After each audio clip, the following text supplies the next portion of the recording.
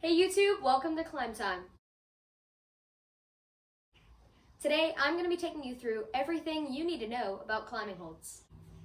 So the most popular type of climbing hold by far is this type, which you would see in your climbing gym, and that is made out of casting resin.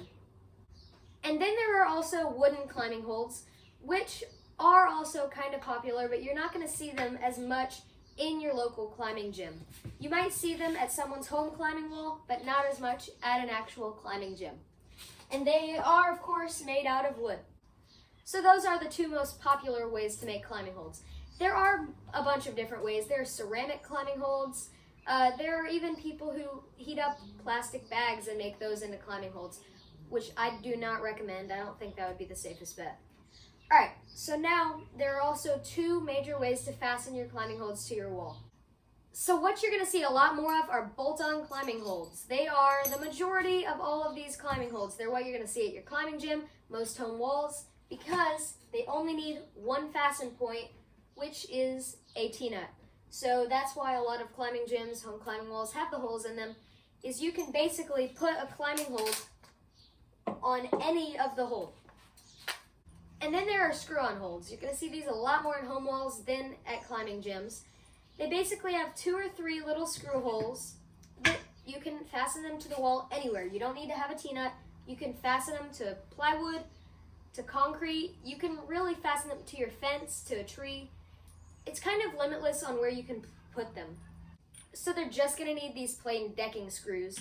And see, this little one only needs 2 of them. You're not going to find one that only needs 1, because they need 2 to stabilize and also to stay up under weight. Most are going to have 2 if they're smaller. Some larger ones could have 3. And it's limitless on how big you can get screw-on holds, because you don't just have the bolt in the middle. But with bolt-on holds, there will every once in a while be a screw hole, just so if all your weight gets put on one side, it doesn't rotate around the bolt. If you put a screw anywhere on it, it will keep it from spinning. It's not like the bolt is going to keep you safe. The hold isn't coming off of the wall. But just to keep it from spinning from all the way, say you're standing on one side, it's going to want to spin. So you're going to take one screw and put that in just to keep it from spinning on the bolt. Alright, so that's the different materials holds are made out of and different equipment to fasten them to your climbing wall. Now we're going to go over the different types of climbing holds. So first up, easily the most recognized climbing hold, easily what everyone thinks of when they think of climbing holds, jugs. So they are super positive. You can honestly use them as a ladder. Most jugs you're going to be able to fit 2 hands on, but there are some smaller jugs that you're only going to be able to fit 1 hand on. They have a super positive in-cut slope, so you can really hold on to them. You can hang back. They're good for roof sections. They're good for dynos. They're basically good for anything. You can use them for any move you want if you don't want it to be as challenging. And again, they can range in size. This is a jug, and also this is a jug, and this is about 1/8 of the size of this. And probably the second most popular hold out there are crimps. Crimps can range anything from a little less than a jug.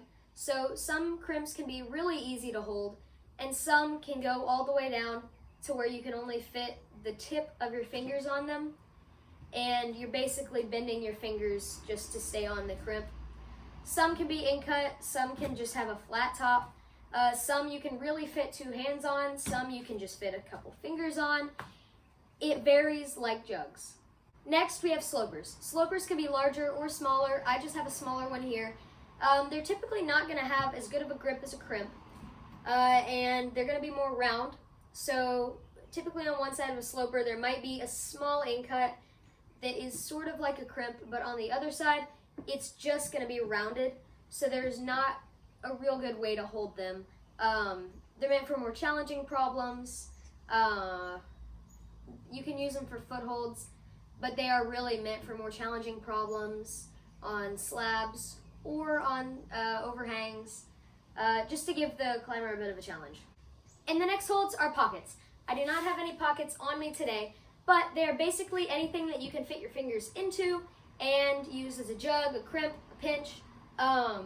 It's just something that your fingers can go into. Again, there are so many different types of climbing holds, but the last type I have for you guys today are pinches. pinches can range from any size. This is a medium one. It's something that you can hold up and you're gonna pinch from either side. That's the name. So you could have it on a roof section. You're pinching it as hard as you can.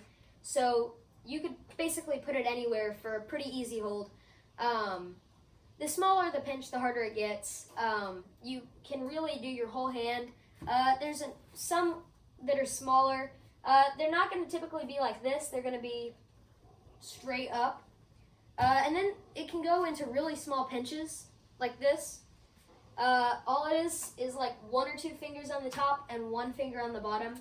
It's a really hard thing for even a flat wall or a slab, but especially when you get on an overhang or a roof, it's almost impossible.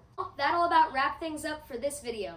We've gone over a ton of different things about a ton of different climbing holds. Coming soon, we'll be reviewing different companies' climbing holds so you will know where to get the best climbing holds for the cheapest prices.